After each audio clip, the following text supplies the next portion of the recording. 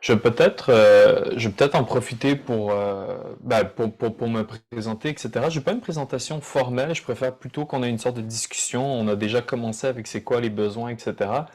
Et le pari derrière ça, ultimement, c'est que on a travaillé sur un produit qu'on cherchait à être low-tech. Et j'ai souvent à rappeler à mon équipe de technique qu'on veut faire des technologies assez ennuyantes, parce que la partie la plus intéressante, ça devrait pas être la technologie quand tu cherches à faire de l'accessibilité. Je veux dire, je vous dis ça, mais à l'interne, on s'excite sur les derniers protocoles et les trucs comme ça qu'il faut, mais ultimement, il faut se rappeler pourquoi on fait ça, puis on fait ça pour de l'accessibilité. Donc, le moins on passe de temps à parler de technologie, le plus on peut parler de l'impact de ces technologies-là, ben, le mieux c'est ultimement. Je peux peut-être donner un exemple d'un projet qu'on a fait récemment. Je vais sortir mon pitch deck. Je voulais savoir en termes de temps, j'ai combien de temps? Parce que ça peut m'aider à line up qu'est-ce que je dis en premier, qu'est-ce que je dis en dernier. Ça ressemble à quoi un peu? Ben, on avait prévu là, peut-être une trentaine de minutes de présentation, puis Parfait. des échanges après, mais si on le fait à la bonne franquette, étant donné qu'on a un petit groupe, là, on peut tirer ça jusqu'à 12h40 environ, je pense qu'on avait prévu à l'agenda. Ah, parfait. Donc, écoutez, je vais vous présenter, là, vu que j'ai les paramètres, je vais vous partager.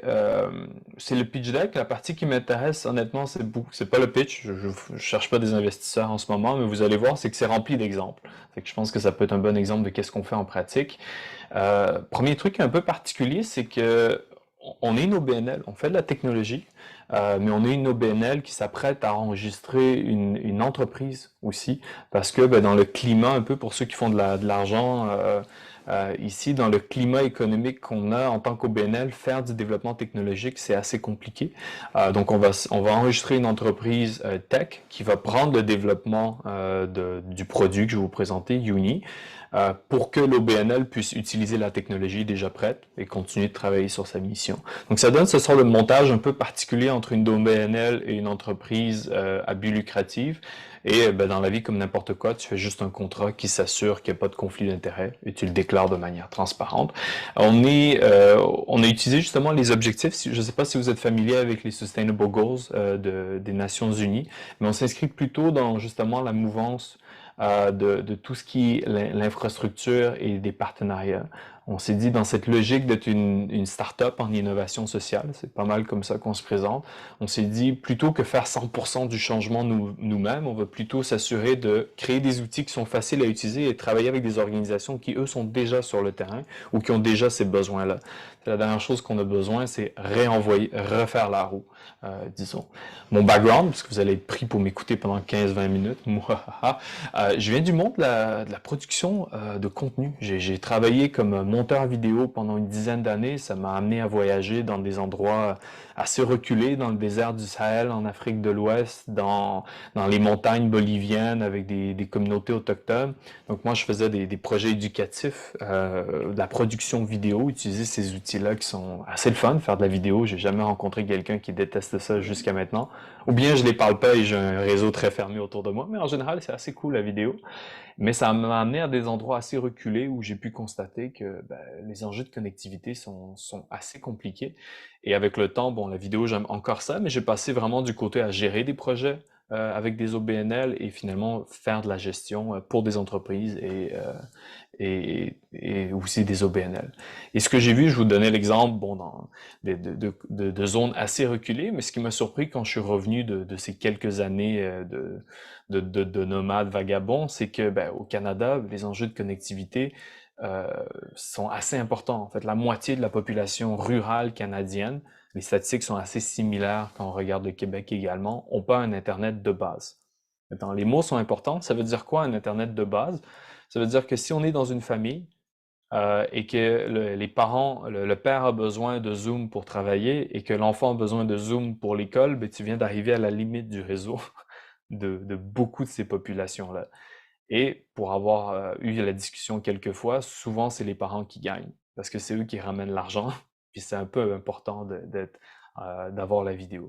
Je sais pas si vous vous souvenez encore de vos belles années d'école, mais écouter un prof en radio, tu sais, sans le support vidéo, c'est quand même assez particulier. Si on zoome out et on recule et on regarde un peu le portrait mondial, la moitié de la planète s'est pas connectée à Internet dans les 3 derniers mois. On parle pas d'un Internet de base, on parle ils ne se sont pas connectés dans les 3 derniers mois. Il y a beaucoup d'endroits où c'est des villages où la connectivité est très très mauvaise. Donc vu que c'est très très mauvais, ben, on se base pas là-dessus pour faire aucune des activités courantes. Ça peut pas être une dépendance.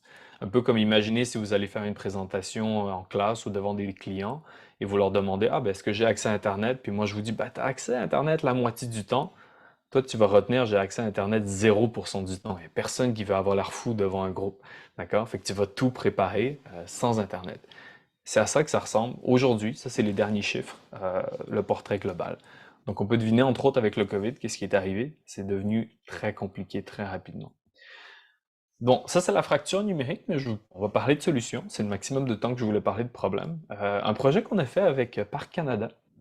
Parc Canada, je ne sais pas si vous êtes familier avec les forges du Saint-Maurice. C'est un lieu où il y avait pratiquement quelque chose qui fait partie de notre patrimoine industriel, des forges, littéralement. Et Fred Pellerin avait fait une série d'expériences, un peu de contes narrés à travers le site. Et là, fantastique, tout le monde est excité, l'idée est bonne, on revalorise un lieu, etc., etc. Il n'y a pas d'Internet sur le site. Le réseau se rend pas, sauf un soir de pleine lune, si vous fermez un œil puis vous regardez vers l'ouest, là, peut-être le réseau va se rendre, mais en général, le réseau est extrêmement peu fiable et ça minait beaucoup l'expérience. Aussi dans le contexte de la COVID, on voulait pas avoir des audiobooks pour tout le monde, c'était compliqué, ça crée des bottlenecks, ça crée des goulots d'étranglement dans certaines parties du site. Donc, ils se sont fait une apps pour que tout le monde puisse l'utiliser sur le cellulaire, mais il n'y a pas de réseau. Qu'est-ce qu'on a fait? On a déployé des petits appareils minuscules comme ça sur l'ensemble de leur site. On en a mis 13. euh, et c'est des appareils portables qui sont alimentés avec une petite batterie, le même genre de batterie que vous utilisez pour votre téléphone cellulaire quand vous êtes en déplacement. D'accord? Vous avez commencé à les réutiliser maintenant, vu que la pandémie commence à se calmer, on ressort et on redécouvre qu'on n'a aucune autonomie sur notre cellulaire à nouveau. Donc, on a déployé un ensemble de ces petits appareils-là alimentés avec des petites batteries très portables et ça crée un hotspot Wi-Fi. Ça veut dire que peu importe où les gens sont sur leur site, le long du parcours, ils peuvent se connecter au hotspot Wi-Fi. Et maintenant, j'ai pas besoin de leur donner Internet. En fait, ça les arrange même par Canada que je leur donne pas accès à Internet. Ce qu'ils veulent, c'est le parcours de Fred Pellerin. Donc, c'est une page web avec différentes étapes du parcours, avec des images, photos, vidéos, vous pouvez deviner. Donc, c'est pas ils ont besoin d'Internet, ils ont besoin d'une ressource spécifique et même ça les arrange de ne pas avoir Internet parce que c'est plein de problèmes que tu n'as pas besoin de gérer. D'accord? Donc, imaginez, eux, dans leur cas, c'est un site web. Il y a un code QR si vous voulez voir la vidéo qui explique un peu comment ça fonctionne, ou je pourrais vous l'envoyer après, hein, si vous n'êtes pas rapide de la gâchette, c'est pas de problème. Et pour la petite histoire, je ne l'ai pas mis dans le slide, mais en termes de finances, ils ont calculé que juste électrifier cette partie-là du site leur coûterait à peu près 250 000 $. Donc, c'était moins cher d'avoir une solution portable qui leur a coûté quelques milliers de dollars, comme la nôtre, d'accord, et avoir tout simplement leur équipe qui vient changer les batteries de temps en temps, que de payer 250 000 $ pour électrifier le site et encore là se mettre en chantier qui va durer une certaine période de temps. Donc, c'est un exemple très concret. On n'est pas seulement en Parc Canada, on s'est déployé aussi, on a récemment s'est déployé au Madagascar. Je ne sais pas si vous connaissez les lemurs, les petits animaux comme ça là, qu'on voyait dans les vieilles pubs TELUS. Il y a un projet qui est un conservatoire pour ces animaux-là dans un parc national du Madagascar. Et eux, ils avaient du contenu, des vidéos, des PDF, du matériel de formation, etc., qu'ils avaient besoin de rendre accessible sur le site. Et la connectivité, si on pense que c'est mauvais à part Canada, c'est encore pire là-bas. Donc, on a déployé un ensemble d'appareils comme ça. Et c'est eux qui gèrent le contenu. C'est pas un abonnement, ils achètent l'appareil une fois. Le but, c'est d'être autonome. Vous allez rarement entendre ce terme-là, technologie et autonomie. Tu sais, tout se déplace vers des modèles mensuels de subscription et tout. Le problème de ces modèles-là, ils ont clairement leur avantage, mais le problème, c'est que dans certains contextes où on a une enveloppe budgétaire pour un certain nombre d'années, si on n'a plus cette enveloppe budgétaire, on retourne à zéro. avec une équipe démotivée. Alors que là, on possède l'appareil, on a un réseau, même si l'électricité tombe, même si Internet tombe, ça continue de fonctionner. On s'est déployé dans les zones rurales au Mexique. Ça, c'est un contexte éducationnel. C'est des écoles dans le Mexique rural, dans la zone du Yucatan. Et essentiellement, c'était trois écoles, en fait trois appareils sur cinq écoles, et il y avait un appareil dans une classe, et les profs pouvaient prendre une clé USB avec leur contenu. Tous les profs ont leur clé USB avec leur contenu, c'est avec une fierté religieuse, là, ils ont passé des années à accumuler ça. Et ce qu'ils faisaient, c'est qu'ils branchaient cet appareil, cette clé USB dans l'appareil. L'appareil crée un hotspot Wi-Fi. Les étudiants peuvent accéder au contenu de la clé USB à partir de leur cellulaire, à partir de leur tablette, à partir de leur ordinateur. Ça leur évite une sorte de jeu de chaises musicales où tout le monde prend une copie de la clé et laisse généreusement un virus en échange. C'est encore un problème qui existe beaucoup. Et ça permet pour les professeurs de contrôler le contenu très facilement. Un truc qu'on a fait pour eux aussi, c'est qu'on a mis l'entièreté de Wikipédia en espagnol dessus. Ça veut dire que même si le prof n'est pas là, il peut laisser l'appareil connecté. Les étudiants peuvent continuer d'accéder au contenu du prof, mais aussi à d'autres ressources générales de manière illimitée. Et, et en fait, ce qui est assez impressionnant, c'est que l'accès à Wikipédia est plus rapide que s'ils avaient Internet.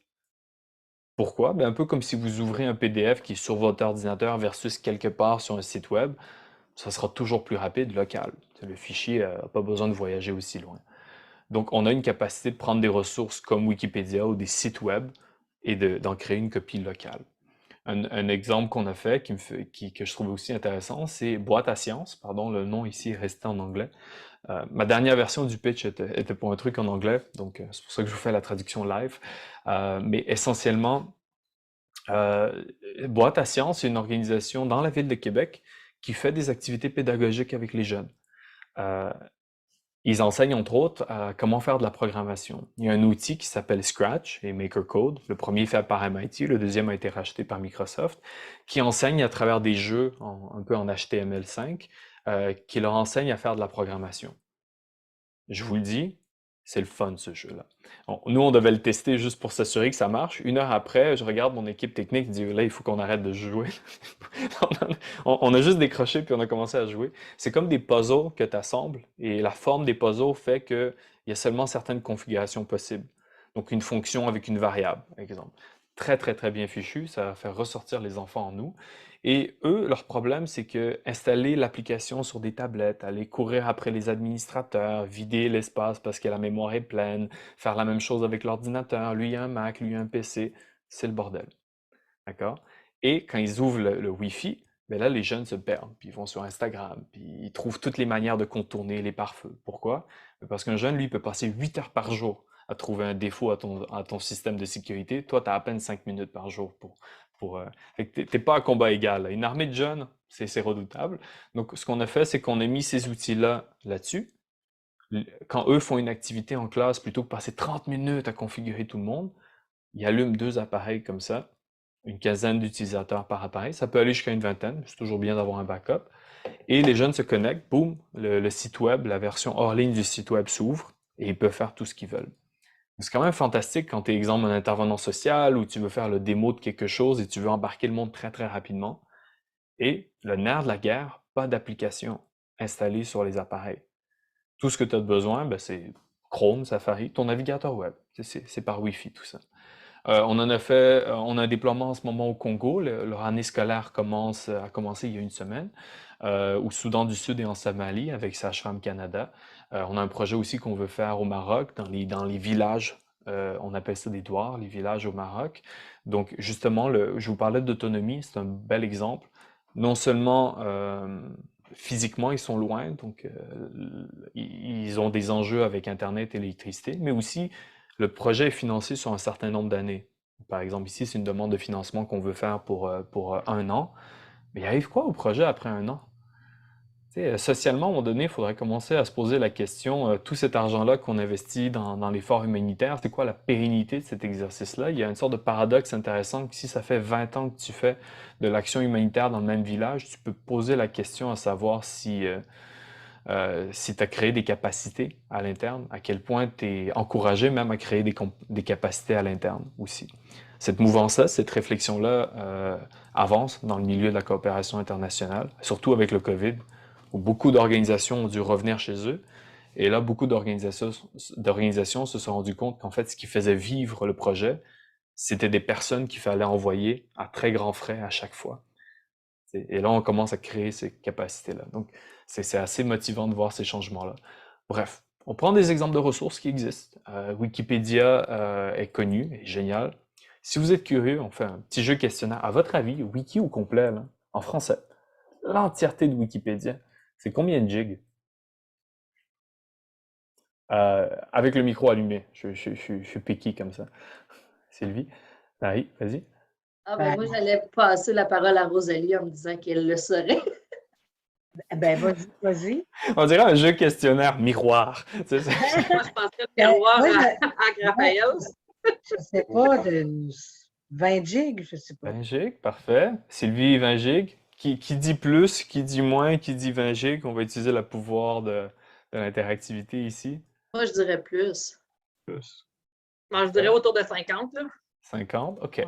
En français, Wikipédia, l'entièreté de Wikipédia, sans les images, comme ça on peut comparer texte à texte, ça peut être facile, c'est à peu près une douzaine de gigs. Avec les images, tu rajoutes à peu près 10 gigs.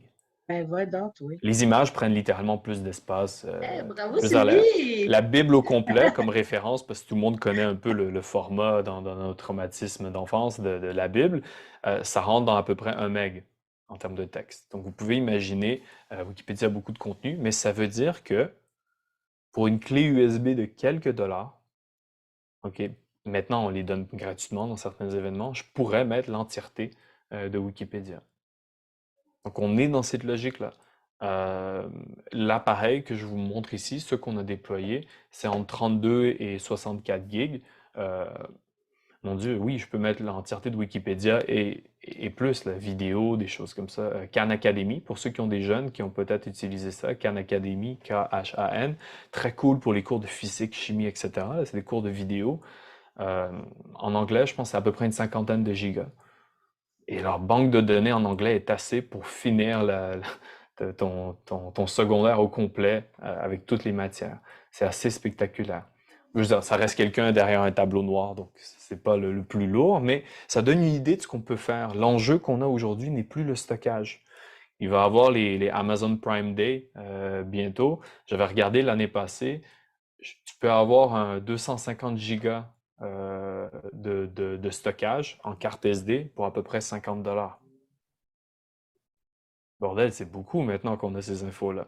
Donc l'enjeu, c'est pas le disque dur, le stockage. L'enjeu, ça reste encore et aujourd'hui la capacité d'accéder à ce stockage-là. D'accord? Donc Internet. Ce qu'on voit, Sylvie, vas-y. Oui, excuse-moi, je veux pas prendre trop de temps, mais ce beau grey box-là, là, moi, Mhm. tu l'as amené partout dans le monde, là. Y a-tu si tu as bien des arbres, là, ou des Ouais, palmiers, whatever, ouais. écoute, moi, c'est mon problème. J'ai pas d'Internet, je suis à du parquet. J'ai trop Mhm. d'arbres. Fait que ça pourrait fonctionner, ça? En fait, cet appareil-là a une portée Wi-Fi, parce qu'on utilise le Wi-Fi, tu sais, donc rien de spécial que tu as besoin sur tes appareils, de 50 à 100 mètres. Plus on est dans des zones reculées, moins on a d'interférences sur les bandes, donc meilleure est la réception. Quand on a des zones montagneuses, mon Dieu, tu es pratiquement à la limite technologique. T'es pratiquement au maximum théorique. L'humidité commence à influencer ta portée. C'est sûr que si tu as des arbres et tout, ça influence, mais ça veut dire que tu peux en mettre un quelque part chez toi ou dans un site où tu fais tes activités. Et dans un rayon de 50 à 100 mètres, tu peux avoir 10 à 20 utilisateurs qui se connectent. 10 à 20 parce que ça dépend de ce que tu fais. Exemple, on a eu 13 personnes récemment pour un projet qui regardaient une vidéo en HD. C'était un cours de programmation. Donc ça, c'est un des cas où tu as besoin de ton HD parce que quand la personne écrit ses lignes de commande, tu veux pas le voir en mauvaise qualité floue. Tu as vraiment besoin de voir la qualité arrive. Et ils étaient 13 en même temps. Et la seule raison pour qu'on était 13, c'était pas la limite de l'appareil, c'est qu'on avait juste 13 personnes pour ce projet-là. Mais l'appareil aurait pu en prendre plus. Donc, c'est vraiment fait pour ce genre de logique-là. Des petits groupes. Et aussi, l'autre truc qu'on a fait, technologiquement, en termes de choix, on est une startup, donc on fait des décisions. On s'est dit, tu sais quoi, plutôt qu'avoir un appareil qui coûte très, très cher, qui est très difficile à maintenir et qui accommode beaucoup d'utilisateurs, on va prendre un appareil qui coûte très peu cher, qui a une portée plus faible et qui accommode moins d'utilisateurs. Cet appareil-là, on est en projet pilote, on le vend à 100 par appareil. Par exemple, par Canada, là, acheté à 100 par appareil. Et on prévoit, une fois qu'on finit le projet pilote à la fin de l'année, d'être à 200 Il faut que ça coûte quand même moins cher qu'un téléphone. L'entièreté du projet est bâtie autour de l'accessibilité. Ça ferait bizarre si je sors un tarif de 2000 l'appareil à la fin du discours. Ce serait pas très cohérent. Et l'idée aussi, c'est que le contenu, ben, c'est vous qui le décidez. Thérèse, vas-y. Oui, non, j'allais dire juste dans la compréhension de l'installation, un peu dans la continuité de la préoccupation de Sylvie. Est-ce que à partir de, est-ce qu'à quelque part, ça prend un routeur, par exemple, pour Non, être en absolument lien? pas. Il n'y a pas de routeur à nulle part. C'est Il y a le un branchement. principe. OK. Mhm. Mais, L'appareil, si vous êtes curieux un peu plus, sans entrer dans les détails techniques, à l'intérieur, c'est Android. On s'est dit, c'est quoi l'ordinateur le moins cher qui existe sur le marché qu'on peut acheter et déployer en volume? C'est structuré comme Android à l'intérieur. Pour OK. ceux qui ont un téléphone, vous le savez, vous êtes capable de créer un hotspot. Sauf que quand vous vous connectez, plutôt que vous connectez ultimement à la carte SIM, vous accédez au contenu de la carte mémoire. Et vous y accédez comment? Ben, vous y accédez à travers votre navigateur web. Ça veut dire que si c'est un site web, ben, vous voyez un site web. Si c'est des fichiers, ben, vous avez une liste de fichiers, vous cliquez et ça ouvre le fichier. Donc, on est allé avec quelque chose d'assez commun dans le mode de fonctionnement. Mais oui, pas besoin de routeur. On peut le connecter à un routeur. C'est pas un usage auquel on aura le temps de parler. Mais l'idée, c'est que vous pourriez être en plein milieu de nulle part, le connecter à la prise électrique de votre voiture, et tout le monde dans un rayon de 50-100 mètres peut se connecter à votre réseau. Exemple, un des cas qu'on a trouvé très intéressant, vous voyez dans l'image, il y a une solution de mapping, OpenMap, qu'on est en train de tester l'intégration.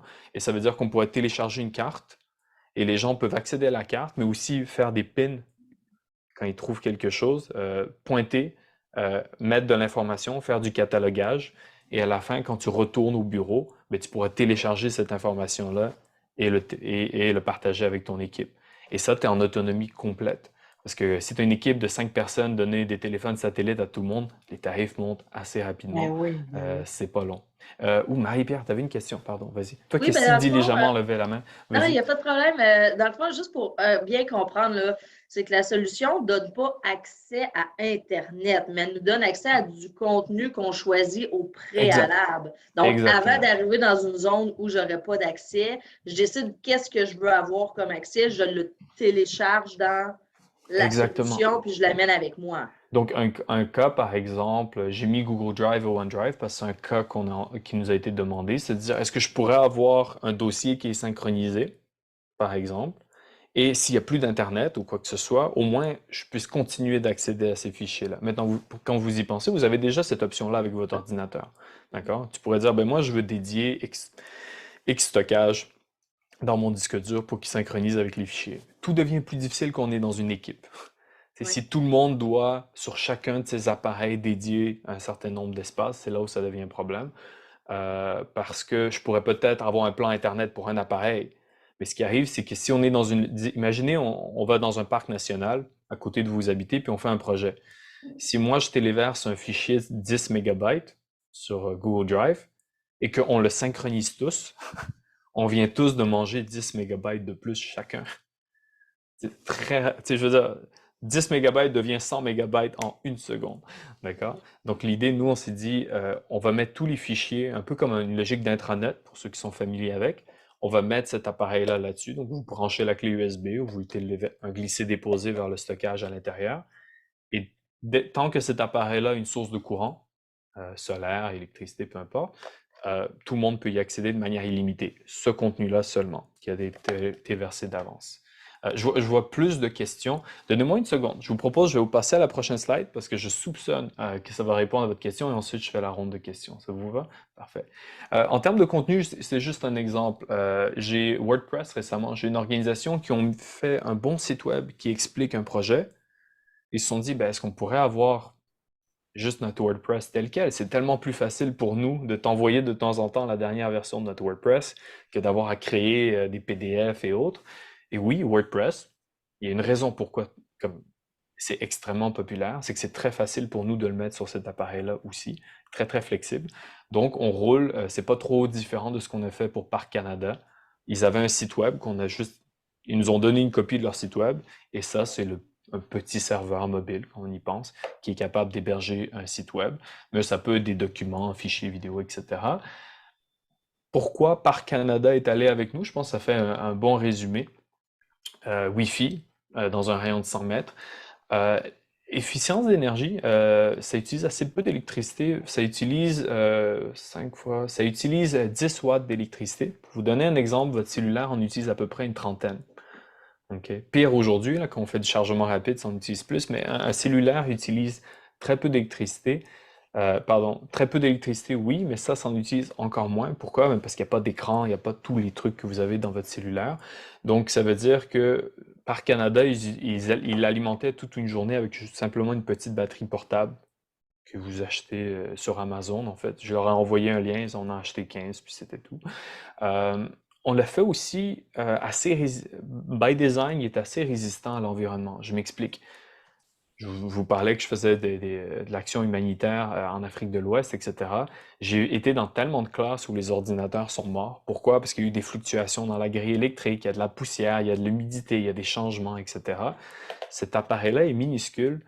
Il n'y a pas de fan dessus. Il ne chauffe pas au point où on a besoin de toute la complexité d'avoir des pièces mobiles, etc.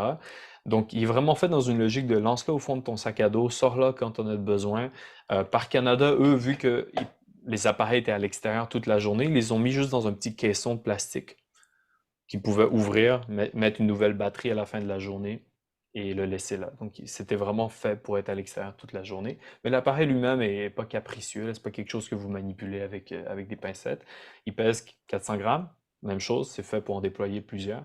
Et ça, tous les gens qui font de la coordination, etc., vont aimer cet aspect-là. Je vous ai dit plutôt que c'était un serveur. Ultimement, à l'interne, c'est un petit serveur qui a un Wi-Fi. Un serveur, s'il y a une chose qui sait bien, c'est qui a demandé quel contenu, parce qu'il doit leur servir ce contenu-là. Si toi, Marie-Pierre, tu me demandes une image, je fais comme, ah, Marie-Pierre de tel téléphone m'a demandé une image, voici l'image. Et il garde une trace.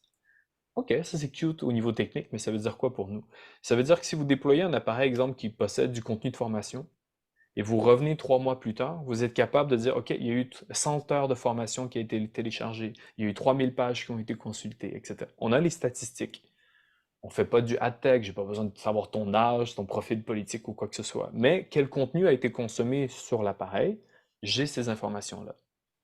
Donc, on rentre dans une logique où pour certains projets où on a été déployés, ça leur coûtait financièrement moins cher d'acheter des appareils comme ça plutôt que payer l'Internet. Parce qu'ils disent, on a quand même besoin d'Internet, mais on n'a plus besoin de payer autant d'Internet. Parce que tout ce qui est vidéo, etc., on va le passer là-dessus, ça va être plus facile. Et on est capable de justifier des chiffres à nos créanciers qui sont plus intéressants. Parce que quand on est en ligne, on a les chiffres. Mais quand on fait du présentiel, ben, je peux appeler mon monde sur place et dire, est-ce qu'il y a du monde dans ta formation? Ouais. OK. Est-ce qu'ils ont lu le livre? Ouais. Mais ça vaut ce que ça vaut. Là, tu es capable d'avoir les chiffres un peu plus objectifs. Ça veut dire que ça aide à gonfler, ça aide à donner des chiffres plus précis dans les rapports. Exemple, si on va dans un village aux 3 mois, mais là, on a les chiffres de ce qui s'est passé durant ces 3 mois-là. On sait quel contenu ils veulent, quel contenu ne les intéresse pas, etc., etc. Rapidement, en termes de compétition, donner un petit secret, on ne voulait pas travailler là-dessus. Je veux dire, à la base, nous, ce qu'on fait, c'est on fait de la formation pour des OBNL qui ont des enjeux de transition numérique. On a beaucoup d'OBNL qui étaient avec nous, qui sont ce qu'on appelle des NGOs, des organisations qui font de l'action sur le terrain à l'international, des organisations de coopération internationale. Vous pouvez deviner qu'Internet est rapidement un problème. Fait qu'on s'est dit, pas de problème, on va te trouver, ça existe, ça, right? En 2020, c'était dans le coin de la pandémie, ça existe. On va te trouver une solution, puis on va te partager le lien. Et tout ce qu'on trouvait était soit trop cher, très industriel, presque militaire, tu sais, des sortes de technologies qui sont faites pour survivre des conditions assez extrêmes, ou qui assument que tu sais programmer. Ils vont tous comme, ah, c'est super facile d'installer le truc. Ouvre ta console de commande, écris CMA. Wow. Il n'y a personne qui va écrire du sudo, qui va commencer à faire des lignes de programmation. Mon prof, il enseigne autre chose. C'est pas son expertise. Fait qu'on a vu que les solutions qui étaient là étaient intéressantes, mais pas exactement ce que le monde cherche. Je vous parlais de simplicité au début. Donc, on s'est dit, regardez, c'est un pitch deck, c'est ça qui est le fun quand on est en OBNL, on peut être même transparent sur notre structure de coût. Je pense que c'est une question assez pratique. Ces appareils-là nous coûtent à peu près une cinquantaine de dollars. Notre but, c'est de les vendre à peu près à 200 dollars. On a beaucoup de financements qu'on va chercher. C'est assez particulier. Beaucoup de compagnies en ce moment ont de la difficulté à aller chercher des ressources techniques à embaucher. Euh, Vu qu'on rentre dans cette mouvance-là d'une organisation à impact social, d'une start-up, on n'a pas trop de difficulté à aller chercher du talent. Parce que ben, les jeunes qui sortent des écoles, etc., travailler pour une organisation sociale, mais avec de la tech, terrain, etc., ben, ils trouvent ça cool. Peut-être que ça les intéresse un peu plus que travailler sur un algorithme d'optimisation de publicité. Désolé, j'ai un peu de haine vers la publicité ces temps-ci. Faites pas attention. Et en termes de modèle, c'est aussi quelque chose qu'on a structuré. Et on utilise aussi beaucoup de contenus qui existent. C'est ça qui est le fun. Il existe vraiment beaucoup de contenus en support que les organisations peuvent utiliser, en plus de leurs contenus qui existent. Donc, exemple, une organisation pourrait décider, ben moi, j'ai des enjeux de santé et sécurité au travail. Ils ont ils ont des instructions qui leur appartiennent, mais il y a aussi beaucoup de corpus qui existent déjà, qu'ils peuvent utiliser et mettre sur l'appareil. Donc, voilà, ça donne à peu près une idée de la partie un peu pitch deck. Et là, je vois Rosalie, Isabelle et Marie-France qui étaient... Je pense que Marie-France était en premier, ça se peut-tu? Voyons, on va y aller par J'ai pas même, vas-y. remarqué, en fait, qui était là en premier. Ben vas-y, t'as déjà le micro. Le micro est déjà ouvert, le clic est déjà fait. En Vas-y. fait, une question, je pense que c'est assez rapide. Je voulais juste te dire, je comprends, c'est un système qui fonctionne un peu pour aller consulter l'information, mais si je suis sur le terrain, par exemple, et je veux apporter une modification ou quelque chose, est-ce qu'il y a une certaine bidirectionnalité qui se fait entre les... Super bonne question. Et c'est là, des fois, la limite quand on travaille sur des projets. On y va étape par étape. Nous, on s'est dit, on va assurer un accès complètement autonome pour l'instant. Mais cet appareil-là a des prises USB, a une connexion Ethernet, etc. Donc, naturellement, on est en train de jouer là-dedans. Tu pourrais avoir deux cas. Tu pourrais décider, exemple, moi, quand je le ramène au bureau, je vais pouvoir synchroniser le contenu, mettre à jour le contenu, aller chercher les stats d'utilisation. Ou tu pourrais dire, écoute, moi, j'ai une clé USB, tu sais, les petites clés USB avec, pardon, les modems USB, là, avec une carte SIM à l'intérieur. Moi, j'en ai une, je vais la connecter à l'appareil. Et je veux qu'ils se mettent à jour à chaque jour, par exemple, ou quoi que ce soit. Donc, plutôt que me payer une clé USB qui me coûte une fortune, pardon, une carte SIM qui me coûte une fortune parce que j'ai quelqu'un dans mon équipe qui va décider de faire une mise à jour de son environnement Windows. C'est une vraie histoire, ça m'est arrivé, on n'a pas eu d'Internet pendant la journée à cause de ça. Incroyablement beaucoup d'argent perdu pour rien. Mais les gens ne font pas exprès. De dire, ben, écoute, je pourrais mettre certaines règles d'utilisation pour ce contenu-là, par exemple. Et là, on travaille là-dessus parce que c'est très pertinent, justement. Ça permet de sauver de l'Internet pour synchroniser, en ayant un seul appareil qui synchronise du contenu dans les deux sens, mais ensuite avoir un nombre élevé d'utilisateurs qui, eux, se connectent à cet appareil-là, à ce contenu-là, une fois qu'il a été téléchargé. Oui, ben, tu sais, si on prend, mettons, un CRM ou quelque chose comme ça, mais quelque chose à jour, une tâche à jour dans notre base de données, mettons ça. Et c'est là où, dans certains cas, on regarde avec le client, c'est quoi l'intégration très spécifique qu'il y a de besoin, etc. On a eu un cas récemment, une organisation nous avait demandé, ultimement, eux, ils faisaient beaucoup de cueillettes sur le terrain, dans des situations d'urgence ou de la cueillette d'informations. Pour eux, c'était l'option de mapping, ils le faisaient là-dessus, mais on en avait une autre, c'était un formulaire. Ils avaient juste une capacité, ils avaient besoin que l'équipe remplisse un formulaire à différents lieux, et à la fin, nous, ben, ça nous donnait l'équivalent d'un Excel, justement, qu'on peut injecter vers une base de données. Tu parlais d'un CRM, un CRM, c'est une base de données adaptée à ce format-là, mais à sa forme la plus simple, c'est une base de données. Donc, c'est un cas qui revient, qui est très pratique pour ça. Isabelle? Pas de problème. Isabelle, vas-y. Oui, contente de te revoir, Valentin. C'est avec moi que tu avais discuté au départ. Une des questions que j'avais demandé, dans le fond, à Valentin quand on a discuté ensemble la première fois, moi, là, je voulais quelque chose de réel. OK? Là, je pensais aux entreprises, aux OSBL qui sont sur notre territoire et je lui faisais, dans le fond, mention que mon père faisait de la mécanique de tracteurs ou de machinerie minière. Et là, il descend sous terre, tu es 2 km sous terre, fait qu'on sait qu'on n'a pas d'accès à Internet, mais pour faciliter sa mécanique, le fournisseur dit, bien, il y a un manuel, télécharge-le sur la tablette puis utilise-le. Fait que ce que je demandais à Valentin, dans le fond, est-ce que je peux mettre le manuel de l'utilisateur de la machinerie que j'ai à réparer, une fois rendu sous terre avec l'équipe sur place de mécaniciens, bien là, il rentre dans le manuel de écoute, mécanique puis il est capable de faire son entretien. J'avais en tête la même réalité pour les entreprises qui font de la prospection minière, sont loin dans le bois, de comment au réel ces entreprises-là peuvent l'utiliser sur le terrain. C'était ça ma question quand j'ai parlé à Valentin. Exact. Et l'élément qui est intéressant qu'on a vu dans certains cas, c'est au-delà, parce que tu peux mettre 64 gigs de manuel. On va monter et démonter le tracteur au complet ou la machinerie pour ce volume-là. Mais ça ouvre des cas d'usage intéressants. Exemple, ce qui devient très populaire, tout le monde a un cellulaire, par exemple. Donc, ça peut être aussi simple qu'il y a certains enjeux très spécifiques qui n'est pas évident pour l'équipe à expliquer, mais ils peuvent le filmer. Ils peuvent dire, écoute, cette pièce-là, en ce moment, on a fait ça, on a fait telle modification en attendant de ça, ça, ça. Et c'est une référence à d'autres personnes. Des fois, il y a des choses qui, littéralement, sont plus faciles à montrer concrètement ou à documenter avec des photos et autres. Ben, un format vidéo, c'est pas quelque chose que je peux facilement téléverser ou quoi que ce soit, tu sais. Cet appareil-là, exemple, le chef d'équipe peut prendre un contenu qu'il fait et le téléverser sur l'appareil.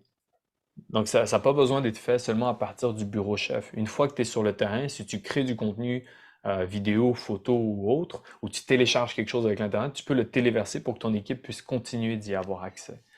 Et ça aussi, ça ouvre quelque chose d'un peu plus intéressant que juste des PDF là-dessus. Parce que oui, des fois, les gens l'ont sur leur tablette, mais ensuite, tout le monde se passe la tablette, puis on cherche la tablette. Là, comme ça, les gens ont déjà leur appareil, peuvent accéder au contenu plus rapidement. Ça ouvre quand même ça qui est assez intéressant. On parlait de sécurité, formation, santé pour le travail. C'est un cas aussi, exemple, on est dans une forêt, c'est des intempéries en ce moment, tout le monde est piné, ils peuvent rien faire, ils attendent que ça passe. Mais ça veut dire que tu peux mettre ces équipes-là sur des formations, par exemple. Des choses comme ça. Il y a soudainement des options qui peuvent s'ouvrir à l'équipe également. Voilà. Ça répond un peu à ta question, ça donne un peu le contexte général. Rosalie, tu avais une question aussi, toi qui attendais si patiemment. En fait, j'ai deux familles de questions. La première, c'est concernant votre technologie, puis après ça, je vais basculer vers le modèle d'affaires.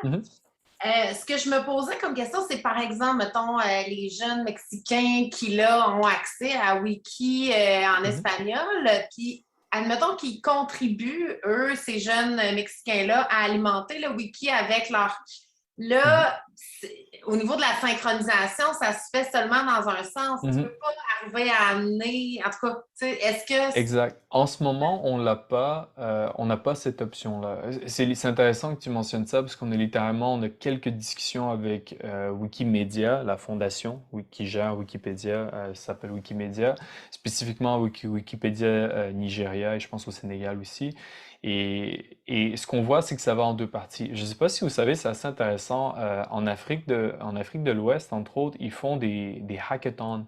Vous connaissez un peu le concept des hackathons, le monde se réunissent pour coder. Mais eux, ils font des hackathons de Wikipédia, de traduction de Wikipédia. Ils se réunissent pour traduire Wikipédia parce que, je pense qu'on peut le comprendre assez bien ici, c'est important d'avoir le contenu dans sa langue. C'est pas un luxe nécessairement. Et en ce moment, on a eu une discussion similaire avec eux en disant, je ne peux pas avoir cette synchronisation en temps réel en ce moment. C'est pas quelque chose que je peux offrir.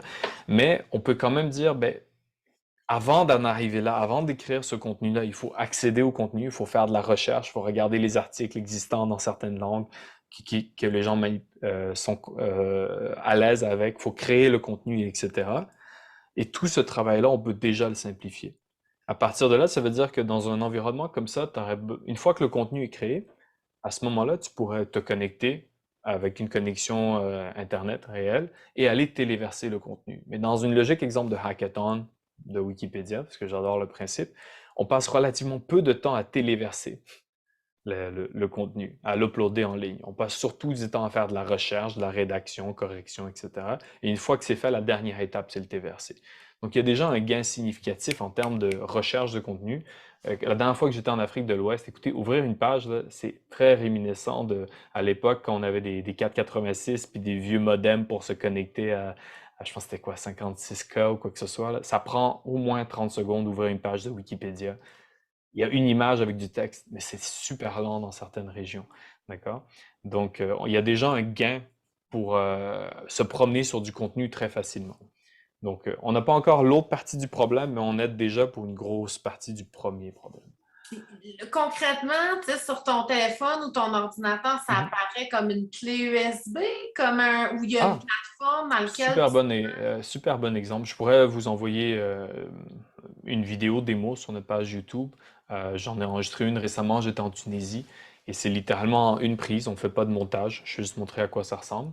Mais je pense que tout le monde a déjà vécu cette expérience-là, fait que je pense que je vais utiliser ça comme exemple. Est-ce que vous connaissez le principe d'un portail captif? Si vous ne connaissez pas le nom, vous l'avez déjà vu. Vous allez dans un lieu, exemple l'aéroport, un café ou quoi que ce soit, et vous voyez un Wi-Fi. Vous cliquez dessus, il vous ouvre une page. Maintenant, moi, plutôt que vous promouvoir le dernier latte à la mode, c'est exemple Wikipédia. En fait, c'est le partenaire qui décide c'est quoi le contenu. Donc, on utilise un mécanisme qui est présent dans tous les appareils qui ont le Wi-Fi. C'est vraiment... j'ai même testé avec des vieux Nokia et tout, ça marche. C'est vraiment... Ça fait partie du principe de comment le Wi-Fi a été synchronisé. Et vous installez pas d'application, rien. En fait, ça va vous créer ça va vous ouvrir Chrome ou Safari avec la première page préchargée. Et on décide c'est quoi cette page-là. Donc, dans notre cas, c'est la plateforme Uni. Ce qu'on a eu, par exemple, avec Parc Canada, c'est qu'ils ont dit, ben, je veux pas voir la plateforme, je veux directement voir mon site web. Avec d'autres organisations, exemple, Boîte à Sciences, ils ont dit, ben, moi, je voudrais que les gens puissent voir Scratch et je voudrais qu'ils voient MakerCode. Et quand ils cliquent dessus, ben là, ça ouvre la page web. Okay. Il y a une étape intermédiaire. Avec d'autres, c'est Wikipédia, tous les bases de données, l'explorateur de fichiers, etc., etc. Donc, ça ressemble vraiment à une page web. Et on est bien content d'avoir fait cette décision-là parce que ça nous évite à avoir à maintenir une application Android pour les gens de telle version d'Android, telle version de iPhone, etc., etc. Chrome, Safari, Edge, peu importe. C'est du web standard. Puis mon autre question, ça concerne le modèle d'affaires. Donc, vous parliez au début que vous étiez un OBNL qui finalement a fait beaucoup de développement dans une solution technologique qui a séparé les deux. Est-ce que, tu sais, on a parlé rapidement de l'avantage pour que l'organisation continue à se concentrer sur sa mission, mais j'imagine, est-ce qu'il y avait des avantages financiers, pécuniaires au niveau du risque, la gestion de tout ça? Est-ce que vous pouvez nous en parler?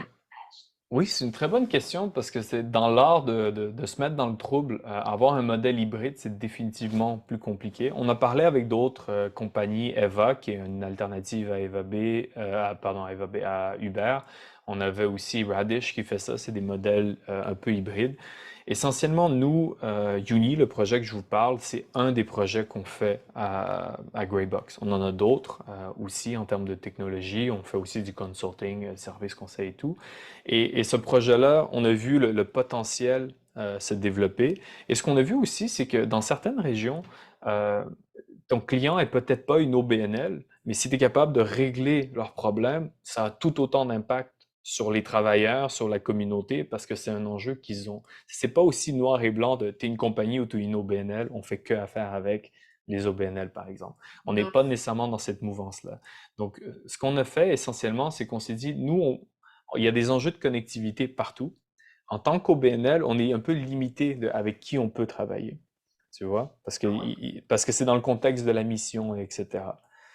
Donc, on s'est dit, en ayant une entreprise, on peut continuer de régler ces enjeux de fracture numérique. Justement, si c'est une compagnie qui fait du développement forestier ou quoi que ce soit, ben, les travailleurs en plein milieu de la forêt, ils ont tout aussi besoin d'accéder à du contenu que n'importe qui d'autre. Donc, ça nous ouvre cette option-là. Profits générés par la start-up ou éventuellement, mettons, ça marche. Qu'ils sont reversés à l'OBNL. Oui. Est-ce que l'OBNL est propriétaire de la start-up? Qui en est? Comment ça marche? Parfait. Il y a l'idée de... Donc, pour clarifier, on veut l'enregistrer en janvier. Donc, ce n'est pas une existence. Je vous mentionne parce que c'est une question de transparence. C'est quand même un gros chantier pour nous. L'idée, c'est que un pourcentage des profits de l'entreprise soit versé à l'OBNL. Il y a aussi une licence d'utilisation qui dit, ben attends, l'OBNL a développé la technologie, mais en tant qu'OBNL, c'est très difficile de continuer le développement d'une technologie. On la passe à l'entreprise, mais si pour X raison, à un moment donné, l'entreprise ne veut plus la développer, l'OBNL pourrait prendre la dernière version de la technologie et se l'approprier. C'est un concept que vous avez peut-être déjà vu on appelle un fork en développement technologique. Un exemple qui a été célèbre, c'est une alternative à Microsoft qui s'appelait OpenOffice, que vous avez peut-être vu passer à gauche et à droite. À un moment donné, ils ont eu des enjeux dans leur équipe et ils se sont divisés en deux. Le code a été splitté et eux, ils ont continué leur développement un peu plus commercial et ça a créé LibreOffice. Donc, on va utiliser une mécanique similaire comme ça, de dire, même si on vous passe la propriété intellectuelle, si jamais vous ne pouvez plus vous en occuper, l'OBNL peut continuer de l'exploiter, de l'utiliser. Donc ça, c'est un modèle qui nous donne une autonomie. L'entièreté de tout ce projet-là, c'est créer de l'autonomie. On ne va pas commencer à se tirer dans le pied puis dépendre d'une compagnie. Initialement, on voulait que l'OBNL possède l'entreprise. Ça se fait, il n'y a rien qui nous empêche de faire ça. Par contre, ce qu'on a vu quand on regardait les programmes de financement, on fait ça surtout pour aller chercher du financement, c'est qu'on n'aura jamais de financement si c'est une OBNL qui possède ça.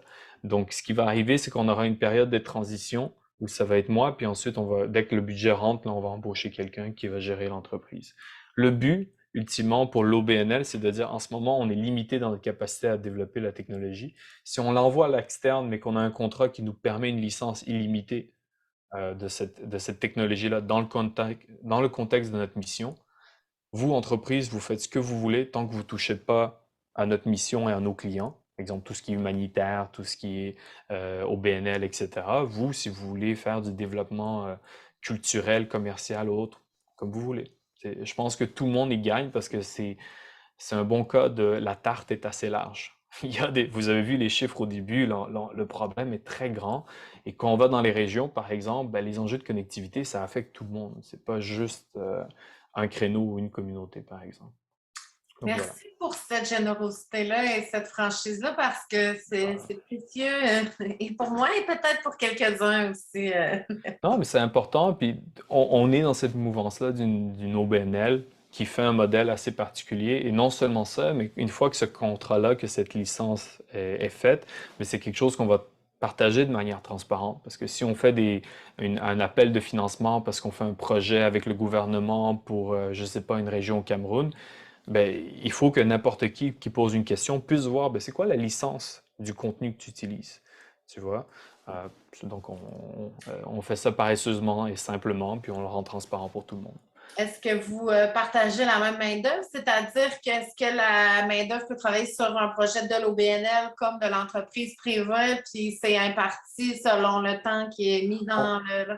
Ce qu'on prévoit, c'est qu'à terme, il y a peut-être des projets de développement qui vont plus être intéressants pour l'OBNL. Exemple, on travaille avec Oxfam, puis ils ont besoin d'une intégration très particulière. Fait que dans le contexte du budget qu'on a avec Oxfam, par exemple, on va engager une ressource pour faire le développement, l'intégration, blablabla.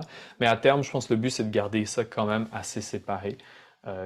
Historiquement, il n'y a rien qui empêche des organisations de collaborer, mais c'est avec des contrats, c'est des balises, etc. Mais l'idée, c'est de pouvoir avoir vraiment une équipe autonome qui fait le développement.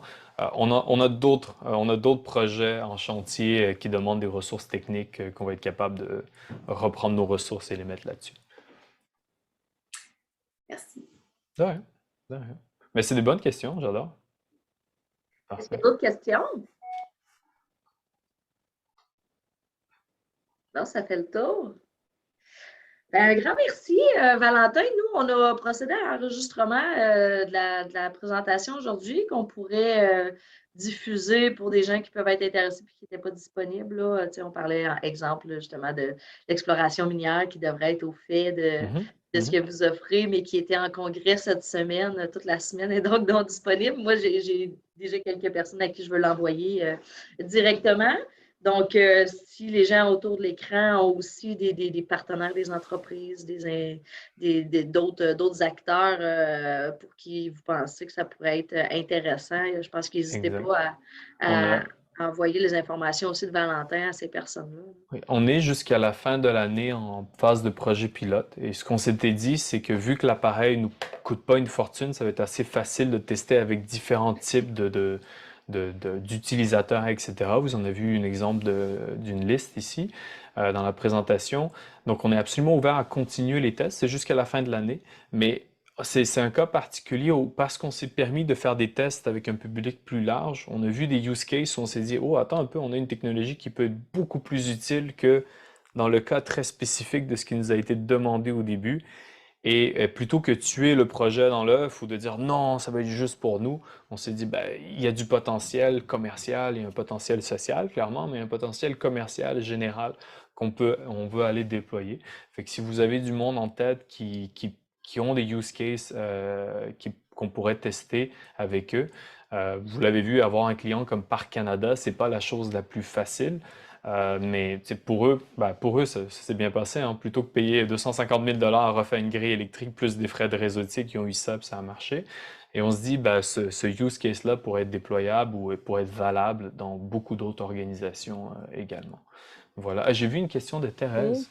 oui. Je me demandais, dans le domaine de la santé, est-ce que vous Mhm. avez eu des applications à ce niveau-là? Parce que Oui. nous, on travaille beaucoup actuellement sur le maintien à domicile, et on s'aperçoit que souvent, par exemple, les gens, ce qu'ils ont besoin, c'est des petits rappels pour prendre des médicaments, pour avoir une routine qui s'établisse. Est-ce que vous avez des expériences dans ce domaine-là?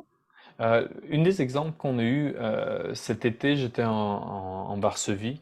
Je suis ukrainien, donc il y avait une cellule de crise dans la capitale, en Varsovie, en Pologne, pardon, dans la capitale à Varsovie. Et il y a eu beaucoup d'aide médicale qui se fait dans des contextes comme ça. Et une des ressources qui revenait, c'est qu'il y a l'équivalent, par exemple, de Wikipédia médical, WikiMD, si vous êtes curieux, fantastique ressource. Et c'est un exemple qu'on avait déployé il y a à peine quelques mois où on avait mis l'entièreté de ces ressources-là médicales sur ces appareils-là parce que quand les gens étaient sur le terrain, ils avaient besoin rapidement d'accéder à du contenu. On a vu aussi, pas uniquement dans l'environnement santé, mais vous allez voir le lien. On est dans l'environnement startup, on parle à beaucoup de personnes dans ce qu'on appelle les health tech, les technologies en santé, et beaucoup de ces solutions-là présupposent un accès parfait à Internet en tout temps. Et certaines de ces solutions-là ne sont malheureusement pas intégrables hors ligne, pas avec notre plateforme, mais en général. Mais d'autres sont essentiellement un site web, sont une logique, un environnement qu'on pourrait mettre sur cet appareil-là pour des types de notifications, etc. Un autre projet sur lequel on avait travaillé également, c'était avec la Puce. C'est une organisation ici à Montréal qui faisait un projet avec les personnes âgées, par exemple. Et c'était un environnement où quand les gens commençaient à perdre de l'autonomie, ils se rendaient compte que tu peux pas juste soit sur ton ordinateur toute la journée parce que il y a des cas où ça rend ces populations-là extrêmement vulnérables à certains abus qui existent en ligne. Je donne l'exemple des personnes âgées, mais la situation peut être parfaitement vraie dans les enjeux de santé mentale en général ou pour des populations beaucoup plus jeunes. Donc, ça nous a permis de créer un environnement très spécifique avec certaines ressources. Vous voyez un peu l'exemple scolaire que je vous avais donné, mais en général très spécifique à certaines ressources un peu plus en divertissement, mais qui étaient validées, mais aussi du contenu de support et de soutien qui existe. Ce qui est beau aujourd'hui, c'est qu'on a beaucoup de contenu. On a beaucoup de contenu de très, très, très bonne qualité. Souvent, l'enjeu, c'est l'accès. Et de cette manière-là, on s'assure que la personne peut accéder à ce contenu-là, par exemple médical, qui est validé par les pairs, qui n'est pas la première personne qui a une théorie sur comment utiliser un médicament. Et cet accès, donc non seulement c'est validé, mais ensuite l'accès est restreint dans un corpus qui est validé. Donc c'est une réponse un peu plus large, Thérèse, à votre cas, mais j'y vais autant du niveau éducation que en termes de santé. Moi, je suis étudiant en ce moment en bioéthique. Donc, les enjeux en termes de santé publique, de l'usage de certaines technologies et l'impact sur la santé, pile poil dans mon intérêt. C'était un peu ce que je faisais aussi à Varsovie. Mais c'est un cas d'usage qui est très, très intéressant. Parce que s'il y a un truc, Internet, c'est bien, mais pourquoi? Puis s'il y a un des contenus qui est extrêmement vital, je pense, surtout le contenu de type médical, c'est quelque chose auquel on devrait toujours avoir un accès parfait, idéalement, en tout temps. Est-ce que le visuel, juste une question complémentaire de votre présentation, peut s'adapter, c'est-tu l'intégrale de ce qui était sur Internet ou si jamais on enregistre un contenu? Parce qu'ici, je suis assez surprise de voir qu'on a beaucoup de gens qui sont comme dyslexiques, on a beaucoup de gens qui ont des problèmes de couleur aussi, beaucoup de gens qui ont des problèmes de dextérité fine aussi. est-ce que ça permet de s'adapter à plusieurs problématiques comme ça? C'est un très bon. Notre plateforme elle-même, en ce moment, on n'a pas pu commencer à intégrer. Il y a certaines extensions Chrome. Dans le milieu du code informatique, c'est assez impressionnant à quel point il y a des librairies pour favoriser les enjeux d'accessibilité. Il y a vraiment un corpus qui a été développé et accessible, souvent libre. On n'a malheureusement pas encore eu le temps de l'intégrer. On se bat encore sur certains trucs techniques, etc. C'est absolument dans l'intention. Mais l'autre partie de la réponse, c'est qu'ultimement, nous, on héberge le contenu. Donc, si vous avez un site web qui tient compte de différents modes de visionnement d'une page ou des choses comme ça, ben nous, en fait, on prend le site web au complet. Donc, si vous avez intégré ces options d'accessibilité, ils vont suivre, OK. tout simplement. Exact. Si, exemple, la page de Parc Canada avait des options d'accessibilité pour changer les contrastes, des choses comme ça, ben, on l'aurait siphonné avec la vidéo, avec tout le reste en même temps. OK. Parce qu'il y a des logiciels qui existent, exemple, pour les personnes qui sont dyslexiques. Donc, Exact. vous pourriez l'intégrer à ce Et niveau-là. par rapport à la couche logicielle, c'est intéressant. Je vous ai dit au début, je pense qu'on utilisait style Chrome ou Safari. Une des raisons que je n'avais pas mentionné de pourquoi on utilise ça, c'est que Chrome et Safari ont beaucoup de support pour des extensions, des choses comme ça, dont certains pour l'accessibilité. Quand tu utilises une solution propriétaire, tu demandes aux gens d'installer ton application, ben, ton application ne supporte rien d'autre. D'accord? Alors que si moi je dis, ben, pour accéder à la plateforme, il faut que tu passes par Chrome, et que la personne, elle a une option sur Chrome pour changer la police d'écriture pour que ça soit plus rapide pour les dyslexiques, ou changer les contrastes. Vous savez, c'est des extensions Chrome qui marchent plutôt bien. Chrome, Safari, vous pouvez deviner un peu. Mais ça veut dire que j'ai pas besoin de créer une solution par-dessus ça. J'ai juste à m'assurer que mon site web a quelques options de base, et si les gens ont besoin d'options plus avancées, ben, ils peuvent utiliser leurs outils existants, parce que c'est dans une page web, donc ils ont accès au reste des outils. Très bonne question. Et je peux-tu compléter ma dernière? Allez-y, bien sûr. Si dans le milieu, parce que nous, on travaille avec beaucoup dans le maintien à domicile actuellement en termes de projet, mais qu'on voulait mettre une approche de projet en utilisant votre technologie à ce niveau-là. Est-ce qu'il y aurait du soutien technique? Est-ce qu'il y aurait une approche intéressante? En ce moment, durant le projet pilote, ça vient naturellement avec le support technique. On est presque plus dans une logique de co-création, puis ça nous a donné tous ces intéressants use cases que je pouvais vous montrer dans la diversité. Il y a un gain incroyable pour nous et pour l'organisation qui travaille avec nous. À partir de l'année prochaine, on rentre dans une logique un peu plus classique de l'appareil coûte 200 $, et si vous avez besoin d'intégrer un site web, on fait une analyse, puis on dit, ah ben ça c'est 4 heures de travail avec, etc. Donc ça devient une logique de consulting. Là, on n'est pas un bureau de consulting hyper huppé avec des tarifs surréels. On reste dans les 50 à 75 $ de l'heure qu'on a besoin de faire une intégration, et tout ce qu'on fait ensuite, le code vous appartient. Ça c'est dans la logique de ce qu'on fait, on ne développe pas des solutions propriétaires. Mais des fois, on a eu des cas, exemple, les gens veulent intégrer un site web, mais il y a des vidéos dans le site web qui ne sont pas du site web, sont hébergées sur YouTube, des choses comme ça. On doit les télécharger.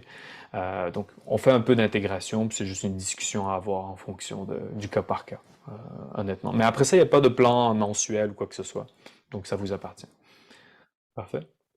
Puis la durée de la technologie, est-ce que dans le temps, on peut penser, selon vos prévisions, parce que vous êtes à l'étape du projet pilote? C'est une super bonne question. Ça m'occupe beaucoup ces temps-ci de regarder ça. Une des raisons pourquoi on a voulu utiliser des boards Android, c'est que c'est très classique. Ça veut dire que nous, c'est une application qui roule à l'intérieur, mais tu peux le brancher à un écran de télé, tu peux faire d'autres choses avec comme usage. Parce que le problème ce qu'on appelle le e-waste, c'est pas seulement combien de temps la technologie dure, mais c'est aussi tout ce qui est un usage unique. Ben oui. C'est pour ça qu'on aime bien les ordinateurs, parce que même si on utilise un ordinateur pour un boulot spécifique, ben on peut aussi utiliser l'ordinateur pour plein d'autres choses. À ce niveau-là, c'est beaucoup plus proche d'un ordinateur, avec une application qui est la nôtre, qui roule dessus, mais vous pouvez l'utiliser à d'autres sources aussi. Mais sinon, ça roule comme des appareils Android ou autres à ce niveau-là. Peut-être moins exigeant, parce qu'on n'a pas besoin de toutes les intégrations de mise à jour, mais essentiellement dans cette mouvance-là de technologie. OK. Merci. Merci. Voilà. Le temps file, je vois qu'il y en a qui doivent déjà quitter. Marie-Pierre, je te laisse poursuivre. Pas de problème, Rosalie. Est-ce que tu avais juste une petite main levée rapide? Et non, j'ai plus de main levée, puis là, je regarde le temps, puis j'ai même plus de temps, mais j'ai trouvé ça très intéressant. Bravo pour la présentation, très fluide, puis je pense que quand on ne connaît pas trop les technologies, ça reste quand même facilement compréhensible et tout ça, puis pour tout votre bon cœur humanitaire qui se ressent à travers l'écran. C'est gentil. Je vous dis, j'avais plus de questions. Oui, j'en profite pour dire merci à tout le monde en fait qui ont assisté. Merci Valentin, c'était super intéressant. On va clairement probablement refaire des ponts prochainement pour des trucs spécifiques. Donc, merci beaucoup. Parfait. Merci à En vous. plus, j'ai bien hâte d'entendre parler de vous parce que j'ai pas plus de temps à savoir sur quoi vous travaillez. Fait que vous Moi, je vais en recontactez-moi. acheter un à faire de même. Je vous tente d'acheter un. Recontactez-moi puis on continuera la discussion.